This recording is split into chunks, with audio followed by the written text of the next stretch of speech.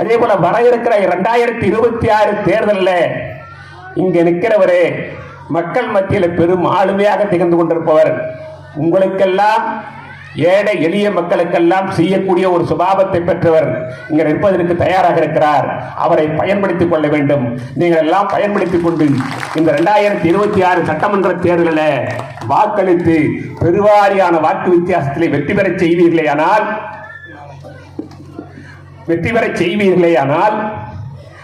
ஏழை எளிய மக்கள் இந்த பகுதியில் நிறைய பேர் பயன்படுவதற்கு உண்டான சூழ்நிலை ஏற்படும். அந்த சூழ்நிலையை நீங்களும் பயன்படுத்திக் கொள்ள வேண்டும், நாங்களும் பயன்படுத்திக் கொள்ள வேண்டும்.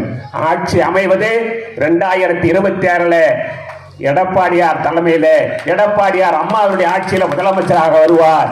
இங்க சட்டத்துறையினுடைய அமைச்சர் மாண்புமிகு அண்ணன் சி வி சண்முகம் வருவதற்கு நீங்கள் எல்லாம் உறுதுணையாக இருக்க வேண்டும் என்று இந்த நேரத்தில் வேண்டி விரும்பி கரம் கூப்பி சிரம் தாக்கி நன்றி உணர்வோடு கேட்டுக் கொண்டிருக்கிறோம்.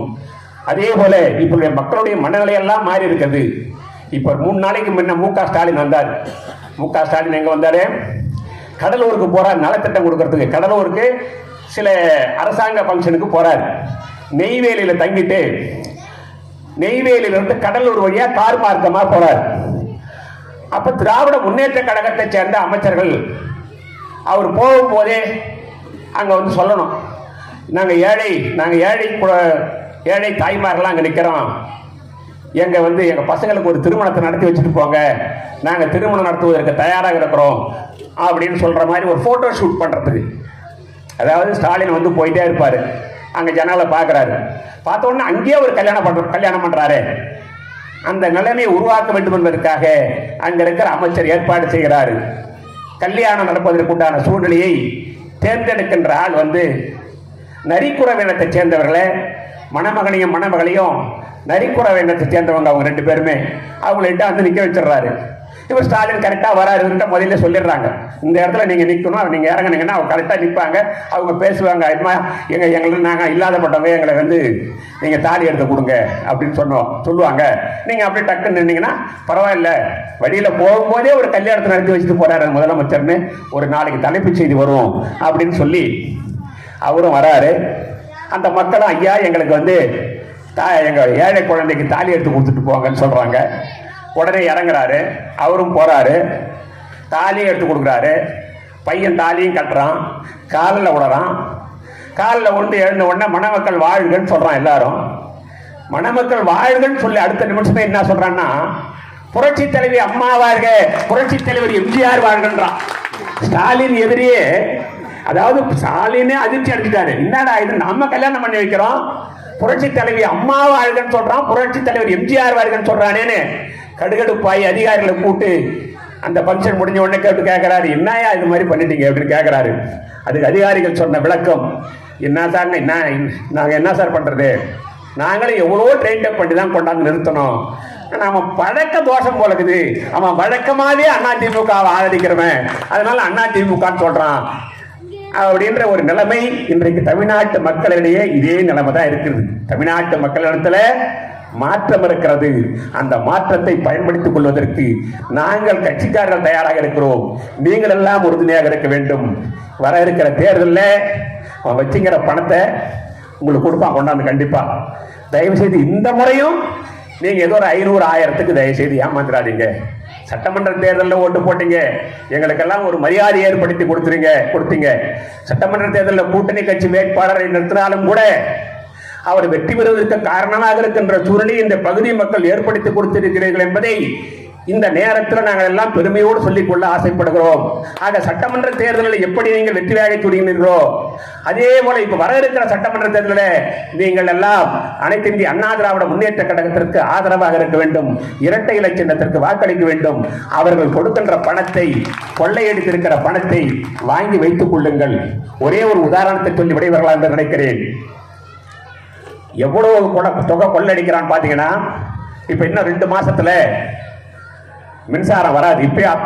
இப்பே ஒரு நாளைக்கு 3 மணி நேரம் இல்லை கரண்ட், 3 மணி நேரம் நிறுத்துறான்.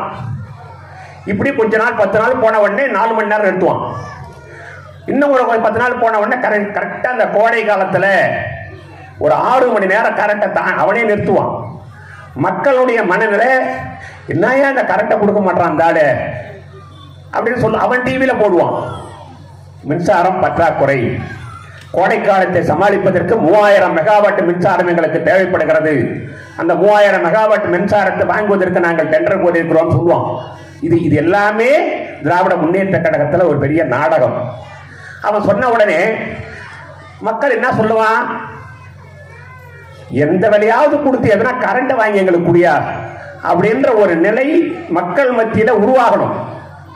அந்த உருவாகணும் சொன்னா என்ன பண்ணணும், கரண்ட்டை படிப்படியாக நிறுத்தணும். வேணும்னு நிறுத்துவான். இப்போ கூட பின்னாடி நிறுத்துற ஆளு டெய்லி கரண்ட்டை நிறுத்தி கொடுக்குற ஆளு எங்ககிட்ட தான் இருக்கிறாரு, அவருக்கு தெரியும். அதான் அதனால நிறுத்திட்டே வருவான். ஏன் நிறுத்துறான்னு சொன்னீங்கன்னா, கொள்முதல் பண்ணணும், பிரைவேட் இருந்து கொள்முதல் பண்ணணும்.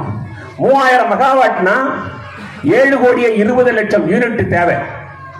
கோடை காலத்தில் தமிழகத்தில் இருக்கிற மக்களுக்கு மின்சாரத்தை தங்கு தடையின்றி கொடுக்க வேண்டும் என்று சொன்னால் ஒரு நாளைக்கு கூடுதலாக 3000 மெகாவாட் மின்சாரம் தேவை. அந்த 3000 மெகாவாட் மின்சாரம் என்பது 7,20,00,000 யூனிட். அந்த 7,20,00,000 யூனிட்டை வெளியில் சந்தையிலிருந்து தான் வாங்கணும். அந்த வெளிச்சந்தையிலிருந்து வாங்குற பொழுது 12 ரூபாய்க்கு கொள்முதல் செய்து கொண்டிருந்த அதிமுக ஆட்சியில 12 ரூபாய்க்கு கொள்முதல் செய்து கொண்டிருந்த அந்த மின்சாரத்தை இவன் 20 ரூபாய் கொடுத்து வாங்குவான். குறைந்தபட்சம் 20 ரூபாய் கொடுத்து வாங்கினாலும் கூட ஒரு யூனிட்டுக்கு 1 ரூபாய் வச்சா கூட ஒரு நாளைக்கு 7,20,00,000 ரூபாய செந்தில் பாலாஜிக்கு போகும். ஒரு நாளைக்கு மட்டும் 24 மணி நேரத்தில் 7,20,00,000 ரூபாய் வந்து செந்தில் பாலாஜியினுடைய கைக்கு போகும். அந்த பணம் அவர் கொடுப்பாரு, அதுக்கப்புறம் சபரீசன் கிட்ட கொடுப்பாரு, அப்புறம் ஸ்டாலின் கிட்ட கொடுப்பாரு, அப்புறம் துர்கா ஸ்டாலின் கொடுப்பாரு.